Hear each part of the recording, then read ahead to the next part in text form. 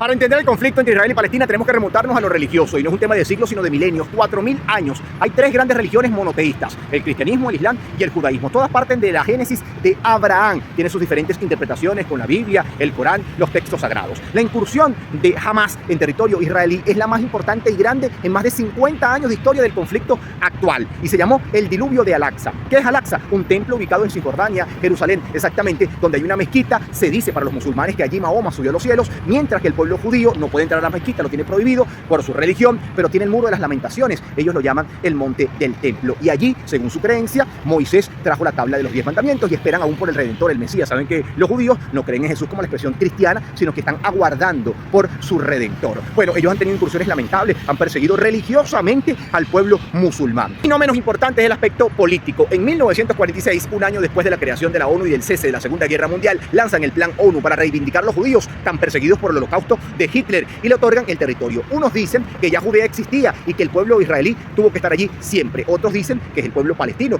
Es una extensión de más de 30.000 kilómetros cuadrados, y hoy se divide en 23.000 para Israel, que en un momento determinado era mucho menos. La Franja de Gaza es 365 kilómetros cuadrados y ahí viven 2 millones de personas. Es la densidad poblacional más grande en los 5 continentes. Y Cisjordania, que está alrededor de los 5.000 kilómetros cuadrados. Está dividido en dos. Es el mismo país dividido en dos. Y en el medio está Israel, el pueblo de Palestina. Es la cárcel a cielo abierto más grande de todo el mundo, porque década a década el sionismo israelí se ha impuesto. Y además, esta operación llega justamente con las tensiones contra Benjamín Netanyahu, que es el primer ministro. Lo ha sido durante 6 periodos consecutivos entre 2009, pero tiene un gran debate interno, divisiones, además denuncias de corrupción. Y llega un momento clave porque quiere unir a todo el pueblo judío en contra del palestino. El judaísmo no es sionismo, así como Hamas no es Palestina. Son expresiones radicales cada una de la otra, y que tiene sus argumentos bélicos, algunos, otros expresados en la Biblia y supuestamente interpretaciones sagradas, pero allí lamentablemente hay una masacre del pueblo palestino. No ahora, el mundo tuvo que colocar la mirada en la Franja de Gaza hace décadas atrás. Está llegando tarde en los medios de comunicación. No hay muertos buenos y muertos malos, no hay víctimas buenas y víctimas malas.